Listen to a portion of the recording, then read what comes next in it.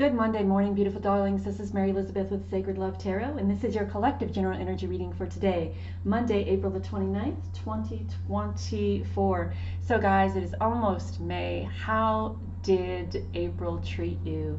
How were you guys dealing with the energy of April? I found the manifestational process about 50-50. A lot of great things shifted for me in April, and I believe May is when all of these great things that have shifted will come into manifestation, will come into reality. So a lot of movement, a lot of shifts, a lot of changes, and a lot of taking back power, a lot of doing what I feel I need to do for me, and that will continue in May. So don't be surprised if you see quite a few changes. So let's get into our collective general energy reading for this morning, April the 29th, 2024. So let us see what our energy is for today. You know, I'm going to put those two cards to the side because they kind of flipped over. And, ooh, Lord, thank you. That was a big jump, big jump. Ooh, Pentacles, Pentacles, Pentacles, huh? Oh, there we go. There's that glare that I'm trying to get away from. So we have the Seven of Pentacles, the Eight of Pentacles, and the World. So I kind of feel this is all about being in gratitude. My boyfriend and I were talking this morning about being in a place of gratitude, especially when things start to shift and chapters start closing and other chapters start opening, right? The continuation of work on self. I just said that in the intro about how April's energy was all about releasing and letting go, and May's energy is all about bringing all of those things that you wish to transition, transform into your reality. And that accounts a lot for closing chapters, releasing, forgiving, not over explaining, not making excuses, just doing what you feel you have to do for you. And I think that Eight of Pentacles is working on that part of you. You know, when we leave situations and we leave chapters and we close doors and we take back our power, we feel the need to over explain why we are doing all of this, right? And sometimes that explanation isn't going to satisfy anyone, so even why bother? There feels the need to be closure in some aspects or areas around your life, especially if you're in a dead-end job or a position that isn't fulfilling you financially, emotionally, spiritually, or physically. There is either a work that has to be done on that, or a shift that has to happen to where you're standing in your power and you say, this is enough of this chapter, I must close it and move forward. So the Seven of Pentacles is being in a place of gratitude of what you've created for yourself, and the Eight of Pentacles is just working on transitioning other parts of your life, standing in your power, connecting to your intuition, opening your heart, connecting to spirit source, speaking your truth. And when we are in alignment, true alignment with all of those aspects of our lives, things really start to shift. And then the Tower happens, which is my ultimate favorite card, and you guys know that. The Tower brings along the energy of what needs to be shifted, right? The Tower is like showing you what relationships and aspects of your life that have been built with secondhand bullshit.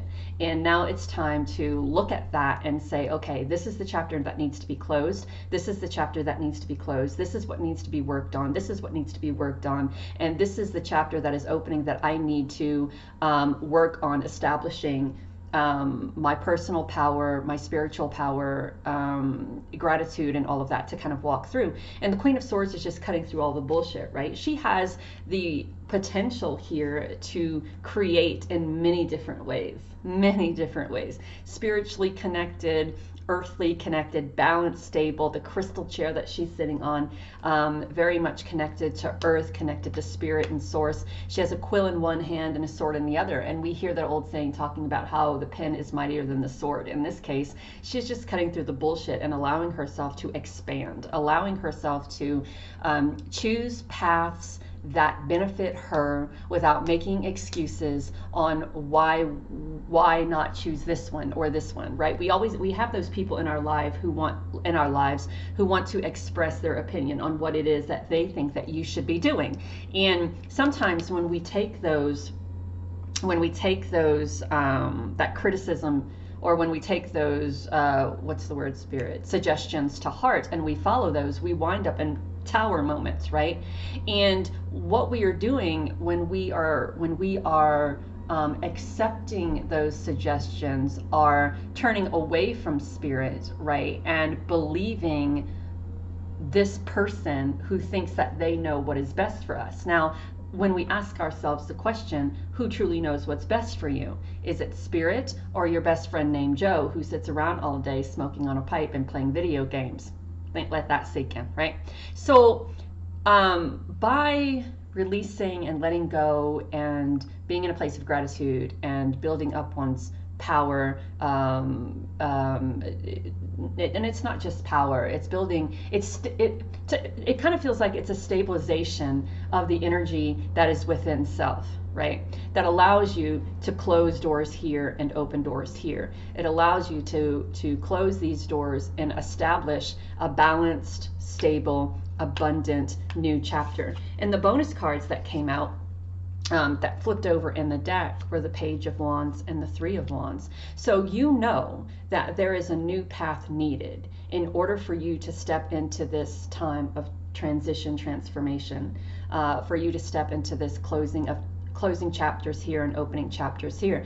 You could be moving, you could be leaving a dead-end job, you could be leaving a dead-end relationship, you can be establishing new foundations and new friends and new opportunities, all through gratitude and all through working on self, right? What does self need? What does self want to be fulfilled? Not what they want or what they need. What does self? So this is all about listening to self, listening to the body, listening to the connection you have with spirit and source, and not allowing other people to gravitate you toward other directions because they think they know what is more important for you, right? So the Page of Wands is leaving. Wands are all about passion and independence and growth and opportunity and creativity. So I feel that there's a lot of that going on here. And while you are stepping into it, you're also manifesting. So let us see what our what deck is this? My goodness. The Spellcasting Oracle. So we're talking about compassion, having compassion for self and others in the world around you. We're talking about reconciliation, right? And that reconciliation is just not reconciliation for self. I think that sometimes we follow paths that other people lay out for us that isn't the right path for us.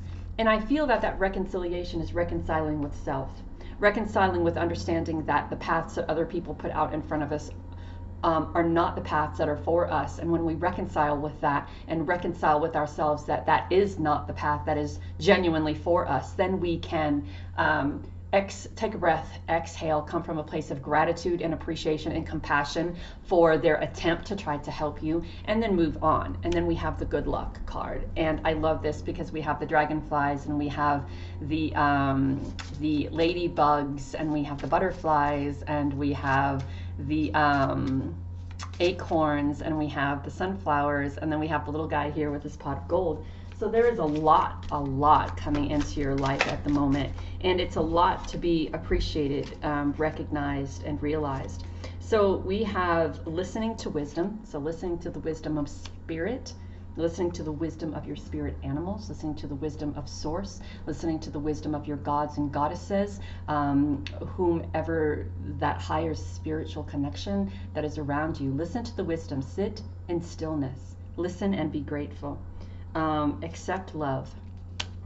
I'm all about the self-love at the moment. Accepting self-love and knowing that I am worth the love that I offer myself, and the love that those who truly love me offer me, the love and compassion that those who truly have love and compassion for me. And these could be from friendships, intimate relationships, just people who really see my worth, right? I think there are a lot of people in my life who have taken that love and that worth for granted.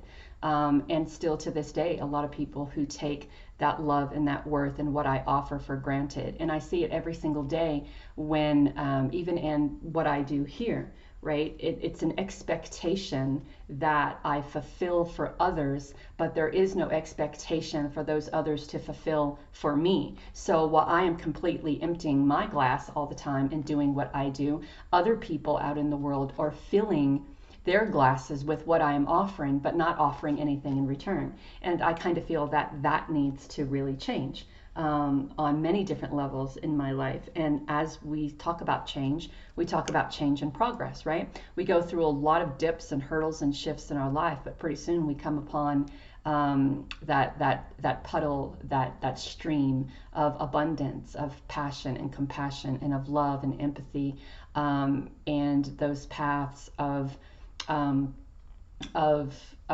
independence, and the recognition that we are worth more than other people are offering us, right? We can't sustain on the little bit of water at the bottom of the glass. We can't sustain off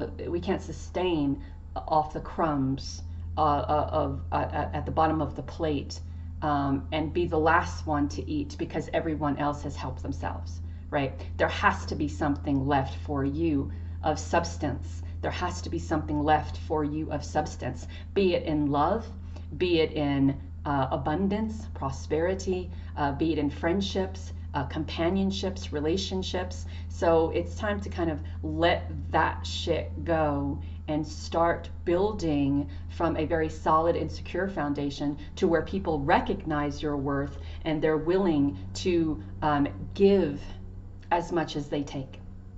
I hope this helps. Know that you are divinely guided and loved. Talk soon.